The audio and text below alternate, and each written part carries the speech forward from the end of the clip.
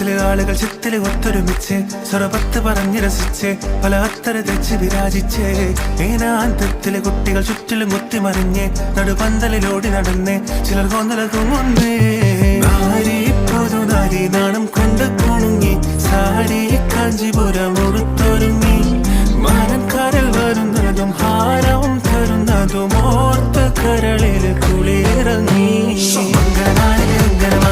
അങ്കിലി തുമ്പിലി ലങ്കി മറിയന് അമ്മി മലിട്ട് അരച്ച് വരച്ചൊരു